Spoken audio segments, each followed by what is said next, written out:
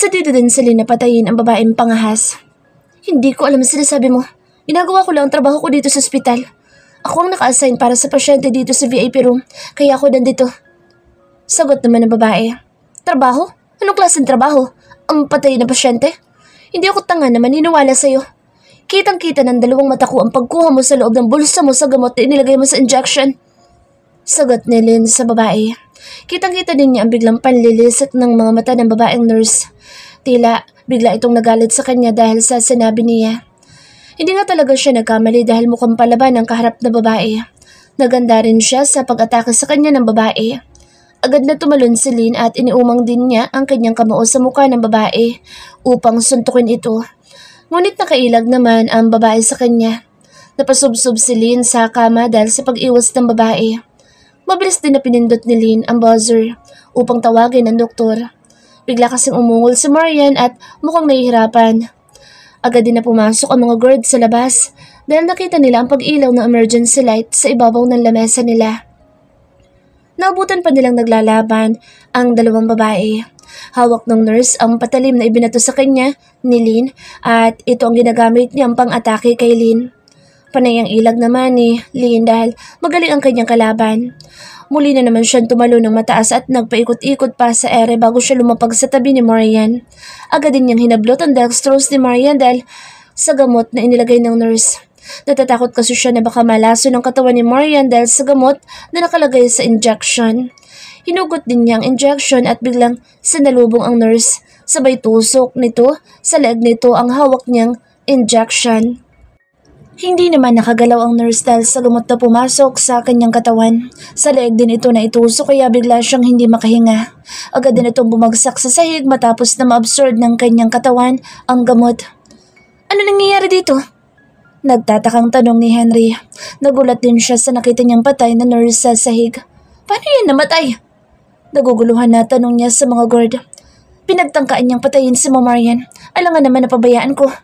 Trabaho kong bandayan ng babaeng pakakasila ng boss ko kaya, ayan, pwede nang paglamayan ang traidor. Ang tagal mo na dito sa ospital na ito, Dr. Henry Miller. Pero hindi mo man lang nalaman na may mga kalaban pala na nagtatrabaho dito? Tuloy-tuloy, nalita niya ni Lynn. Naiinis siya kay Henry at ayaw niya itong makita pero sadyang mapagbiro ang tadhana sa kanila. Dahil pili talaga silang pinagtatagpong dalawa. Manilyn? Bakit ka nandito? At paano ka naging isa sa mga tauhan ni Eric? Naguguluhan na tanong ni Henry. 10 years na niyang hindi nakikita ang babae pero hindi niya alam na nasa paligid lamang pala ito. Ang buong akala ni Henry ay nasa London ito dahil isa na siyang sikat na model ngayon. Pero nandito lang pala sa kanyang paligid at nakadisguise pa na isang katulong. Si Ma'am Marian ang askasuin mo, Dr. Miller. Alam kong maganda na ako kaya huwag mo na akong titigan. Paerap na wika ni Lynn kay Henry. Galit na galit namang napasugod sa ospital sa Eric dahil sa nangyari kay Marian. Itinawag sa kanya ni Lynn ang buong pangyayari kaya nagmamadali siyang bumalik sa ospital. Kamusta si Marian? Dumadagundong ang boss niya sa labas ng VIP room na nagtanong sa dalawang tauhan na nagbabantay sa labas. Boss, magandang gabi, boss. Agad na pagbati sa kanya ng dalawa. Nakayuko din ang mga ito sa kanya. Boss, maayos na si ma'am. Wala ka nang dapat na ikabahala. Sagot ni Lito. Agad na pumasok si Eric sa loob ng VIP room upang makita si Marian. Maayos naman na itong natutulog habang binabantayan ni Lynn. Boss, may mga tauhan ng mga kalaban dito sa loob ng ospital. Kailangan na nating maiuwi si Ma'am Marian. Wika ni Lynn. Alam ng babae na hindi na safe ang ospital kay Marian ngayon. Sige, ayusin ko ang mga kakailanganin niya at iuwi ko na siya bukas. Sagot naman ni Eric. Boss, bakit kailangan bukas pa? Pwede naman ngayon na natin siya iuwi. Nagtatakang tanong ni Lynn. Buhay na kasi ni Marian ang nasa peligro, ngunit ayaw pa ng boss niya na alisin ito sa ospital. Bukas na. May hinihintay pa ako mga papeles na kailangan mapirmahan bago siya makalabas. Bukas. Sagot ni Eric. Binigyang diin din ang salitang bukas. Napaunat naman si Lynn ang likod dahil sa lakas ng boses ni Eric. Magkarap na nga silang dalawa na nag-uusap pero napakalakas pa rin ang boses ni Eric. Nakakabingi. Boss, galit ka? Tanong ni Lynn sa lalaki. Pakiramdam kasi niya ay galit sa kanya ang lalaki. Lynn, umayos ka. May pagbabanta na wika ni Eric. Nakakunot na din ang noon nito dahil sa pagkainis sa babae. Ang lakas kasi ng boses mo, boss. Para ka nasa bundok kalayo kung magsalita. Nandito lang naman ako sa sofa nakaupo. Hirit pa ni Lynn. Lynn, I'm warning you. Inis na sambit ni Eric kaya napaatras na si Lynn. Alam din ng babae na maiksi lang ang pasensya ng isang Eric Del Rio kaya mas pinili na lang niyang manahimik. Ngunit hindi matahimik si Lynn dahil sa sinabi ni Eric. Para kasing may kakaiba sa plano ni Eric. Kinabukasan. Kaya bukas na niya ilalabas si Marian. Boss, ano ba kasing meron bukas? Muling usisa ni Lynn kay Eric. Kunot noon naman na napatingin sa kanya si Eric. Parang gusto na rin niyang sakalin ang babae at ihagis palabas sa kanyang building dahil sa kakulitan nito. Biglang napalunok si Lynn ng kanyang laway dahil sa takot kay Eric. Tumayo na din siya mula sa sofa at patagilid pa na naglakad patungo sa room. May dalawa pa kasing bedroom ang loob ng VIP room. Para ito sa mga nagbabantay sa pasyente. Matutulog na ako, boss. Good night. Alanganin niyang paalam kay Eric. Pilit din siyang umiti dahil alam niyang tuluyan ang nainis sa kanya si Eric. Ilang beses pa siyang kumaway sa lalaki na matalim na nakatingin sa kanya at tila gusto siyang sunugin sa pamamagitan ng tingin nito. Napailing na lang sa Eric dahil kay Lynn. Kung hindi lang sana niya itinuring na kapatid ang babae ay baka nasapak na niya ito. Sobrang kulit ni Lynn at kahit alam nito na naiinis na siya ay hindi pa rin tumitigil. Tumayo din siya at muling lumabas ng VIP room upang kausapin ang kanyang mga tauhan. Balak kasi niyang matulog kaya kailangan niyang ibilin at bilinan ang mga tauhan niya. Edward, Lito, Benny at Pablo, dito kayo sa labas magbantay. Ang iba, pumasok dito sa loob at magbantay sa amin ng asawa ko. Utos niya sa kanyang mga tauhan. Agad din siyang tumalikod upang maganda sa kanyang pagtulog. Nagkatingin na naman ang mga tauhan niya dahil sa kanyang sinabi. Nagtataka din sila dahil sa sinabi niyang magbantay sila sa kanila ng asawa niya. Nagtaka sila dahil dito. Lito, kailan ikinasal sa boss? Tanong ni Benny kay Lito nang makapasok na sa loob si Eric. Hindi kasi siya makapaniwala na mag-asawa na sina Eric at Marian. O bumalay ko. Hindi naman sila nag-imbita no ikinasal sila kaya wala akong alam. Sagot naman ni Lito. Maging siya man ay nagtataka dahil hindi rin niya matandaan na nagpakasal na ang kanilang amo. Isa pa ay ngayon lang muling nagpakita si Marian at Eric kaya imposible na kasal na ang mga ito. Hoy mga chismoso, bakit kailangan pa bang magpaalam ni boss sa inyo para magpakasal? Wika naman ni Pablo. Pinagkukutusan din niya ang dalawang kasama dahil sa kanilang sinasabi. Palagay niyo kaya mga pare, nagpakasal na sila noon pa bago pa mawala si Marian? Tanong din ni Pablo sa dalawa. Napaisip din sila dahil sa amo nilang may saltik. Kala ko ba, kami lang chismoso? Bakit sumali ka pa? Inis na tanong ni Benny kay Pablo. Hinampas pa niya ng newspaper ang lalaki dahil sa inis niya. Nagtawa na din silang tatlo dahil sa mga kalokohan. Sa tagal na kasi nilang magkakasama ay talagang barkada na ang turingan nila sa isa't isa. Nagtanggal naman ng sapatos niya sa Eric para makapaghanda na itong matulog. Naglinis muna siya ng katawan bago nagbihis. Isang simpleng t-shirt ang kanyang suot at tinarnuhan naman niya ito ng bermuda. Sanay siyang matulog na walang anumang saplot sa katawan. Ngunit ngayon na nasa ospital siya ay hindi niya magawa. Ayaw din niyang makita siya ng mga tauhan niya na nakahubo habang tulog. Nakaupo lang sa sofa ang tatlo niyang tauhan kasama si Mike. Salitan lang ang mga ito sa pagtulog upang may bantay sa dalawang amo. Boss, akala ko ba matutulog ka na? Bakit ka pa lumabas ng kwarto? Nagtatakang tanong ni Mike. Nagulat din siya dahil bagong ahit na si Eric. Parang nanibago pa siyang tingnan ng amo dahil bumata na ang mukha nito. Bumalik na rin ang dating gwapo at maamo nitong mukha. Matutulog ako sa tabi ng asawa ko. Sagot ni Eric. Agad din niyang tinalikuran si Mike at tuloy-tuloy na nagpunta sa higaan ni Marian. Napaawang din ang bibig ni Mike at ng dalawa pang kasama nito dahil sa narinig nilang sinabi ni Eric. Iniisip din nila kung bakit biglang asawa na ang tawag ni Eric kay Marian. Pre, kailan sila nagpakasal? Tanong ni Sunny kay Mike. Nagtataka ito dahil sa sinabi ng amo. Wala din siyang natatandaan na ikinasal na si Eric. Baka sa panaginip. Sagot naman ni Mike. Dahil sa tagal na nilang magkasama ni Eric ay hindi naman niya ito nakita o nabalitaan na ikinasal na siya. Problema nga ni Eric kung paanong papaamuhin ulit si Marian upang mapakasalan niya ang babae.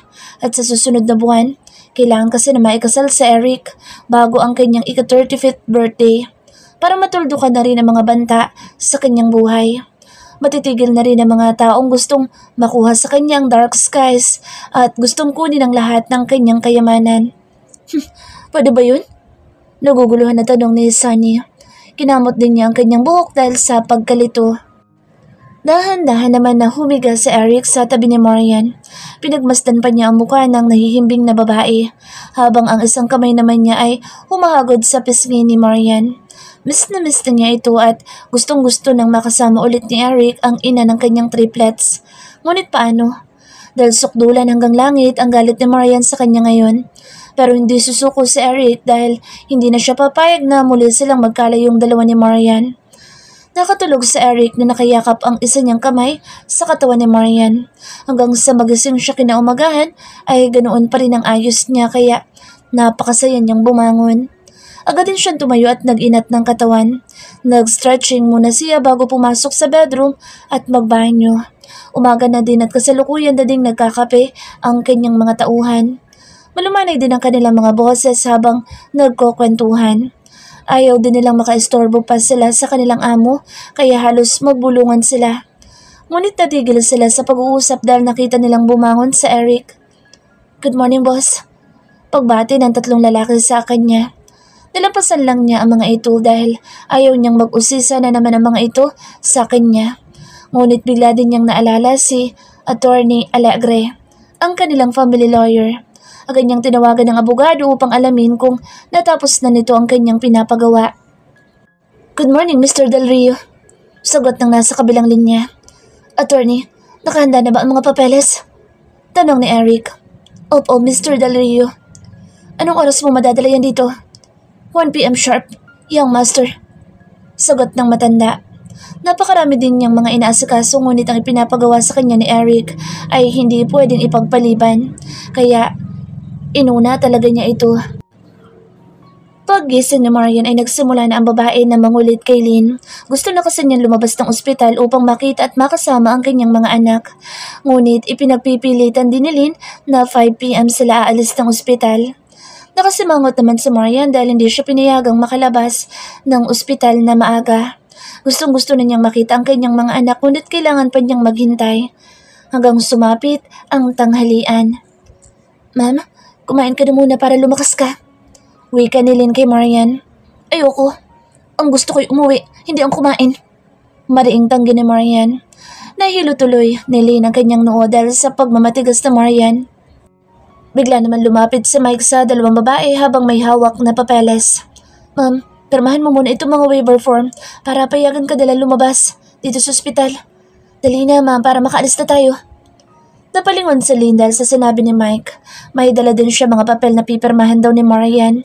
Napapaisip din siya kung bakit may waiver samantalang pag-aari naman ni Eric ang ospital. "Akin na para makauwi na ako. Kung kanina mo pa sana ito ibinigay, di sana nasa bahay na ako ngayon." Inis na wika ni Marian. Parang gusto din niyang hambalusin si Mike dahil kanina pa ito nanonood sa kanila. Ngunit ngayon lang dito ibinigay ang waiver form sa kanya. "Nasaan ang pen?" Tanong din niya. Agad naman na binigyan ni Mike ng pen si Marian. Hinablot pa ni Marian ang pen dahil sa inis niya sa lalaki. Mabilis na pinirmahan ni Marian ang 3 pages na waiver saka ibinalik kay Mike. "Oh, hayan na. Pinatagal-tagal mo pa." Reklamo ni Marian sa lalaki. Todo irap din siya sa kanang kamay ni Eric. Waiver lang pala ang kailangan para makalabas siya pero pinatagal pa. Kinuha naman ni Mike ang mga papel mula kay Marian at nagmamadali na umalis ng kwarto. Parang nanalo din siya sa loto dahil sa tamis ng kanyang ngiti na bumalik sa office ni Eric sa kabilang room. "Boss," nakangiting bati niya sa amo. "Congratulations, tagumpay ang plano mo, boss." Wika ni Mike at ibinabading niya ang mga papeles sa harapan ni Eric. Agad naman na tiningnan ni Eric ang mga papel at napangiti din siya dahil sa nakita niyang nakapirma na nga si Marian sa papel. Para din gusto niyang magtatalon sa tuwa dahil sa pangyayari. "Boss, dapat may handaan para mas happy." Wika naman ni Mike. Masaya din siya para sa kanyang amo na ngayon ay abot hanggang tenga ang ngiti. "Pag uwi natin sa bahay, Mag-enjoy kayong lahat at magpakabusog. Sagot ni Eric sa kanang kamay. Agad din na pinirmahan ni Eric ang papel sa kanya ibinigay kay Attorney Alegre. Nagpasalamat din siya sa attorney dahil sa ginawa nitong tulong. Mike, ihatid mo na si attorney para safe siyang makauwi. Wika ni Eric kay Mike. Agad din naghanda sa Marian para sa kanyang pag-uwi. Alam din niyang sa villa siya dadalhin ng mga tauhan ni Eric dahil nandoon ang kanyang mga anak. Hindi na lamang tumutulog si Marian dahil wala na din siyang magagawa pa. Iiwasan na lamang niya si Eric upang hindi sila magkaharap na dalawa. Galit na galit si Bianca dahil hindi nagtagumpay ang kanyang plano. Namatay pa ang isa niyang tao na nasa Don Albert's Medical Center dahil sa mahigpit na bantay ni Marian sa VIP room. Ilang niya! Malakas na sigaw niya sabay hagis ng ashtray sa kanyang TV. Agad namang nabasag ang TV dahil sa lakas ng kanyang pagkakabato dito. Nanonood lang ang mga tauhan ng babae sa kanya habang siya naman ay abala sa pagsira sa kanyang mga kagamitan. Ano bang meron sa babaeng yun na wala ako? At ganoon na lang puprotektahan ni Eric. Maganda lang naman pero wala namang kaklas-klas sa katawan. Isa lamang siyang babaeng mahirap at walang may pagmamalaki. Galit na wika niya. Sa kanya hinawi ang mga photo frames sa ibabaw ng cabinet. Naglaglaga naman ang mga ito at nagkandabasag pa. Eric! Malakas na sigaw niya. Walang hiya ka, Eric! Pagpapatuloy niya, napayuko pa siya sa sobrang lakas ng kanyang pagsigaw upang mailabas lamang niya ang lahat ng galit at hinanakit niya sa kanyang puso. Ano pa bang kulang? Ginawa ko na ang lahat para mapasakin ka lang pero manid ka. Napakamanid mo. Muli pang sigaw nito. Itinaob na din niya ang coffee table sa kanyang tabi dahilan ng pagkabasag ng salamin nito. Humanda kayong lahat dahil hindi ako papayag ng ganun-ganun na lang. Ako mismo sisira sa buhay niyo at hindi ako titigil hanggat hindi ko nakukuha ang gusto ko. Papatayin ko kayong lahat, mga animal kayo. Wala akong ititirang buhay kahit isa sa inyo. Lalong-lalo na ang mga tagapagmana mo, Eric Del Rio. Akong dapat na maging reyna ng Dark Skies at magtamasa ng lahat ng kaginawaan sa buhay. Hindi isang walang kwentang hampas lupa. Banta rin niya na tila naririnig siya ng kanyang mga kaaway. Nanlilisik din ang kanyang mga mata na tila nag-aapoy ito dahil sa matinding galit. Mahigpit din siyang nakahawak sa likuran ng isang silya at kulang na lang ay durugin niya ito dahil sa galit. Sakay sa Marian ng armor van ng mga Del Rio pauwi sa Villa Albert. Hindi rin siya mapakali sa loob ng van dahil sa pananabik sa kanyang mga anak. Miss na niya ang mga ito at gustong-gusto na din niyang makita at mayakap sila. Nakasunod naman ang van na sinasakyan ni Eric. Gustuin man niyang sa sariling sasakyan na lang sana pasakayin si Marian ngunit nag-aalala siya na baka awayin lang siya ng babae. Galit pa din sa kanya si Marian at sinabi din ito sa kanya na ayaw niyang makita ang pagmumukha ni Eric kahit kailan. Nasa ganoong pag-iisip si Eric nang bigla na lang may sumabog sa gilid ng kalsada. Agad din na nagpreno ang kanyang driver dahil sa gulat. Kitang-kita din ni Eric na muntik nang mahagip ang van na sinasakyan ni Marian. Biglang sumiklab ang galit sa puso ni Eric dahil sa mga kalaban niya. Agad niyang hinubad ang suot niyang Amerikana at tinanggal ang mga botones ng kanyang polo shirt. Pati sa manggas, nito ay tinanggal din niya at itinupi ito. Kinuha din niya ang baril na nakatago sa ilalim ng upuan sa loob ng kanyang kotse at naghanda na. Mike, you know what to do. Wika niya kay Mike. Nakaupo ang lalaki sa harapang bahagi ng kotse katabi ng driver. Yes, boss. Sagot ni Mike kay Eric. Kinuha din ni Mike ang kanyang Armalite na nasa ilalim ng carpet ng kotse. Kumuha din siya ng ilang piraso na granada upang may magamit siya sa mga kalaban. Napatili naman ng malakas si Marian dahil sa mga sunod-sunod na pagsabog sa paligid. Tumigil na din ang kanilang sinasakyang van at naghintay muna ang driver na maalis na mga kasamahan nito ang mga sagabal sa kanilang daan. Ano nangyayari? Bakit tayo pinapasabog? Naiiyak na tanong ni Marian. Nagkubli na din siya sa ilalim ng upuan upang hindi siya mahagip ng bala. Natatakot din siya sa mga nakikita niyang pagsabog sa paligid. Mom, relax ka lang dahil hindi tayo maano dito sa loob. Bulletproof itong sasakyan natin kaya ligtas tayo dito. Wika ni Lynn at muling pinaupo sa dati nitong kinauupan kanina si Marian.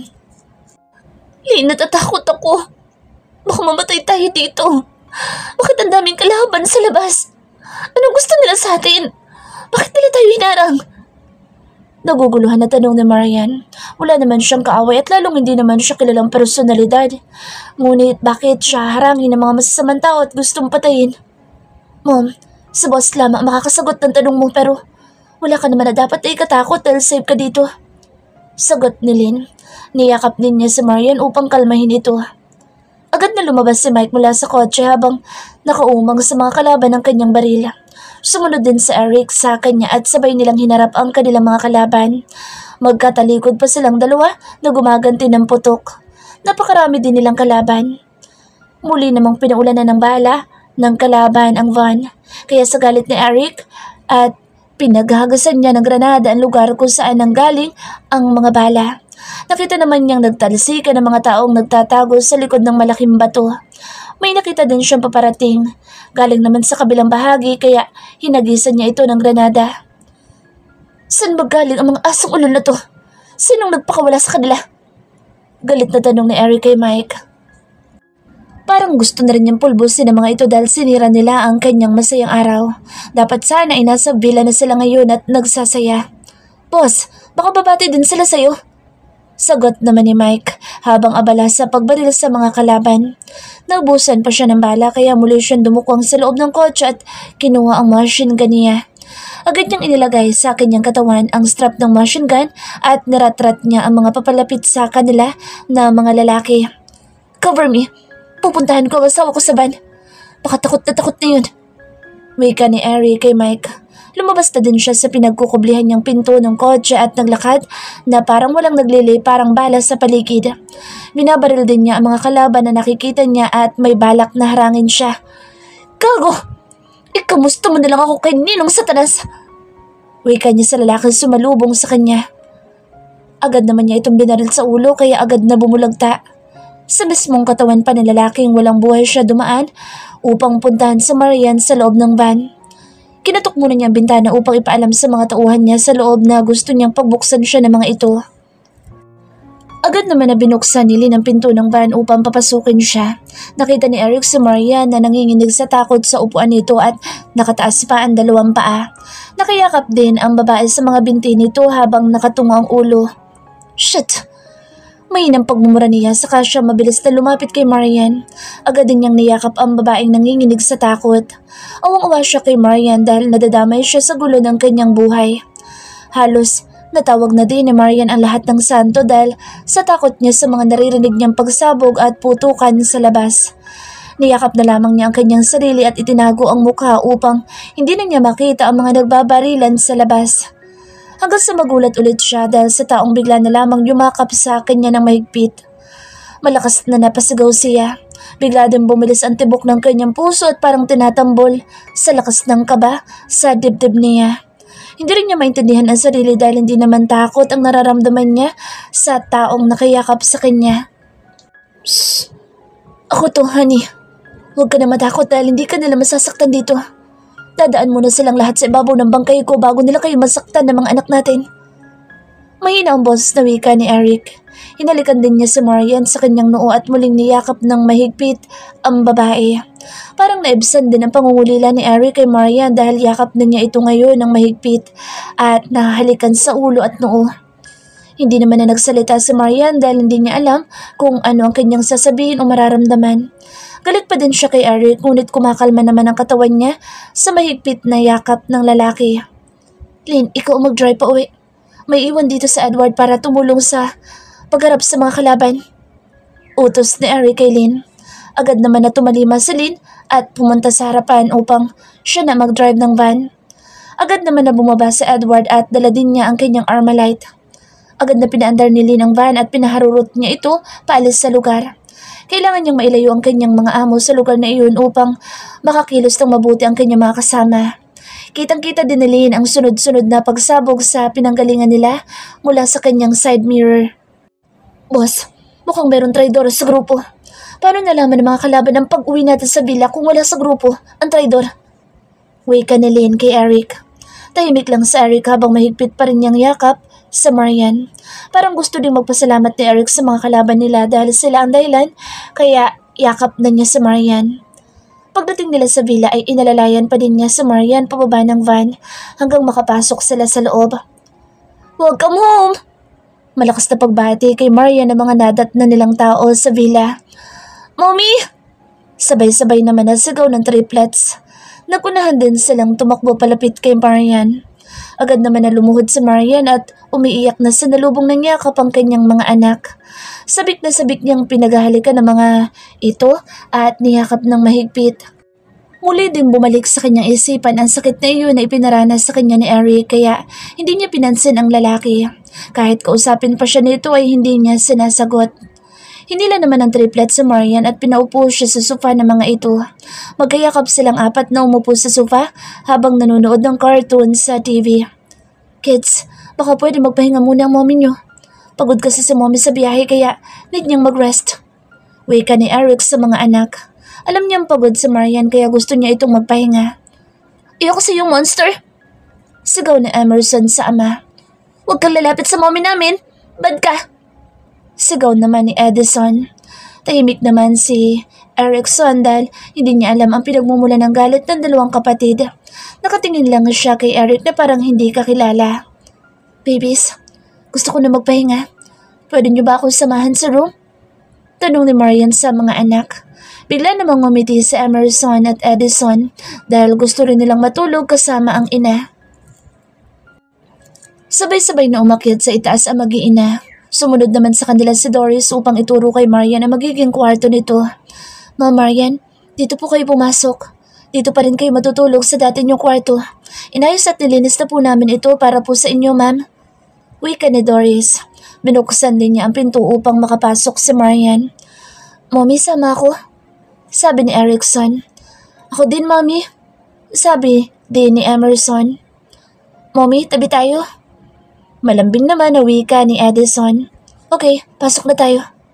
Nakangiting wika ni Marian sa mga anak at sabay-sabay na nga silang pumasok sa loob ng kwarto upang matulog. Nakatayo lang si Eric sa may hagdan upang makita ang kanyang mag-iina. Masaya na din siyang pagmasdan ng mga ito na masayang magkakasama. Alam niyang galit pa din si Marian sa kanya. Kasalanan din naman niya kung bakit ayaw sa kanya ng mag-iina niya.